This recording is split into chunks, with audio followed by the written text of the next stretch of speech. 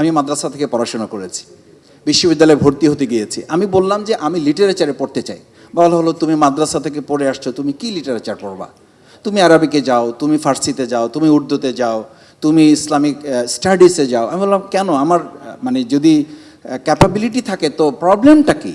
দেখেন আপনারা প্রায়শই ইসে দেখবেন, এটা কিন্তু আরেকটা আমাদের বৈষম্য। এই আজকের সরকার কিন্তু বৈষম্যের বিরুদ্ধে, বৈষম্যহীন, বৈষম্য মুক্ত একটা রাষ্ট্র গঠনের সরকার, কিন্তু কোটা না মেধা, কোটা এই জায়গা থেকে কিন্তু এই সরকার।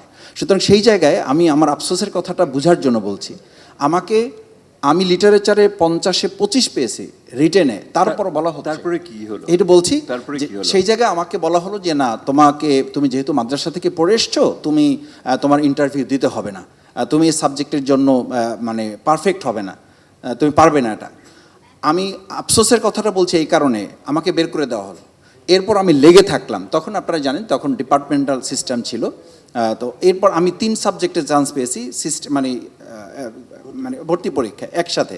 তো ইসলামিক হিস্ট্রি ছিল, বাংলা ছিল, এরপরে সাথে ইসলামিক স্টাডিজ ছিল। তো আমি বললাম যে আমার 3টার মধ্যে আমার হচ্ছে বাংলা লিটারেচারটা আমরা পড়তে চাই।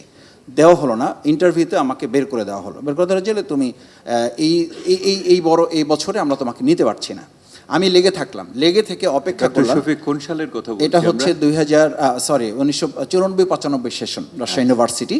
আমি যখন ওখানে পড়তে যাই তখন। তো একটা পর্যায়ে আমি লেগে থাকা, আমি বললাম যে আপনার একটা স্ট্রাগল করতে হয়েছে।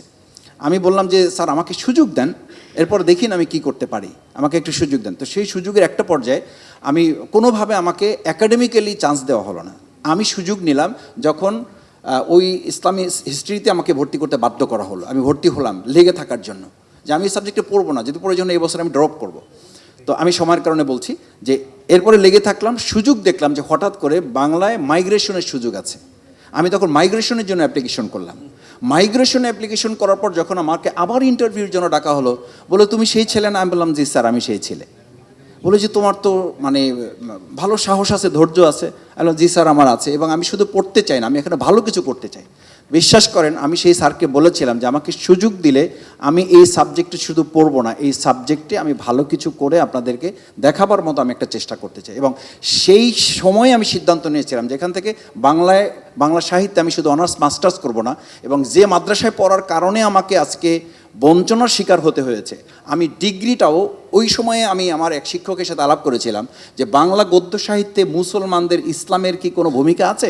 বলছে এটা একটা টপিকই আছে আলাদা, তুমি এই টপিক নিয়ে পড়ো। তো আমি তখন এই টপিকটা ওই সময় ওই 94-95, আর আমার পিএইচডিটা হয়েছে 2007 সালে এসে, কত বছর লম্বা সময় মাঝখানে চলে গেছে।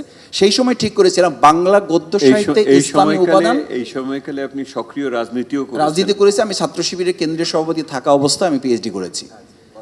2006-এর সাথে আমি কেন্দ্রীয় সভাপতি ইসলামী ছাত্র শিবিরের। তো তখন আমার পিএইচডির সাবজেক্টটা আমি একটু মানে আগ্রহের কারণে আপনাদেরকে বলছি, পিএইচডির সাবজেক্টটা ছিল বাংলা গদ্য সাহিত্যে ইসলামী উপাদান, একটি পর্যালোচনা 1880 থেকে 1930 সাল পর্যন্ত, অর্থাৎ 50 বছরে মুসলমানদের বাংলা গদ্য সাহিত্যের মতো জায়গায় কি কি ইন্ট্রোডিউস তারা করেছেন, কি কি প্রেজেন্টেশন তারা দিয়েছেন, সেই জায়গাগুলো থেকে কিন্তু পিএইচডিটা করেছি, এবং সেটা বাংলা গদ্য সাহিত্যের এই জায়গাটা আমি তুলে ধরেছি। আমি বলছি এরকম এই যে পলিটিক্সে আমার যে মূল পয়েন্টটা নিয়েছিলাম, যে বিশ্ববিদ্যালয় স্কুল কলেজগুলোতে অতিমাত্রায় রাজনৈতিক প্রবণতার কারণে আমার বন্ধুরা বলতো যে পড়াশোনা করে কি হবে, শেষ পর্যন্ত তো তোমাদের কাছেই ধর্ণা ধরতে হয়। অর্থাৎ আমি যখন কেন্দ্রীয় সভাপতি, তখন আবার আমাদের কিন্তু তখন জোট সরকার, আমি কিন্তু তিক্ত অভিজ্ঞতা থেকে বলছি। আমার বন্ধুরা আমাকে বলতো যে ভালো পড়াশোনা করে কি হবে, বিসিএসসি টেকার পরেও তো শেষ পর্যন্ত তোমাদের কাছে ফোন করতে হয় যে বিসিএসসি টিকেছি রিটেনে, ভাইবার জন্য তুমি একটু আমার দিকে বিশেষ নজর দিও। তো বিশেষ নজরের জায়গাগুলো আমরা কিন্তু এখন অ্যাড্রেস করতে হচ্ছে। সুতরাং এই যে একজন ছাত্র পড়াশোনা করার পরিবর্তে সে পলিটিক্যালি তার আইডেন্টিটিটাকে এখনও আমাদের এই বিগত 16-17 বছর বা তারও আগে, আমি বলছি শুধু 17 বছর না, তারও আগে পড়াশোনা করার পর একটা ছাত্র যখন মেধার এক চূড়ান্ত শিখরে যায়, আমার ইউনিভার্সিটিতে ভাইস চ্যান্সেলরের সামনে গিয়ে ফার্স্ট ক্লাস ফার্স্ট হয়েছেন, তাকে বাদ দিয়ে ফার্স্ট ক্লাস সেকেন্ড থার্ড তাকে টিচার নেওয়া হয়েছে, এই কারণে যে সে পলিটিক্যালি স্ট্রং ইনভলভমেন্ট তার আছে। তো এই জায়গাগুলো কি আমরা এখনও কভার করতে পেরেছি? আমরা পারি না। এইগুলো যদি না পারি তাহলে কি হচ্ছে, তাহলে সপ্তম যে পয়েন্টটা আমার, সেটা হচ্ছে ব্রেন ড্রেনটা এখন কিন্তু আমাদের বাংলাদেশে খুবই গুরুত্বপূর্ণ। 5 তারিখের পর আমাকে বিদেশ থেকে অন্তত 100-র উপরে মেরিটারি স্টুডেন্টরা ফোন করেছে যে ভাই আমরা এখন দেশে চলে আসতেছি, কারণ মনে করছি দেশে এসে বোধহয় এখন কিছু করা যাবে।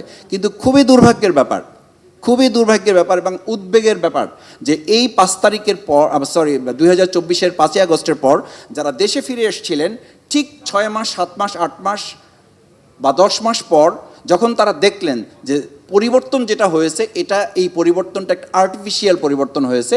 বেসিক্যালি রিফরমেশনের দিক থেকে আমরা তেমন কোনো পরিবর্তন নিয়ে আসতে পারি নাই। অত্যন্ত দুর্ভাগ্যবশত তারা আমাকে মেসেজ দিয়ে আবার এই দেশ ত্যাগ করেছেন।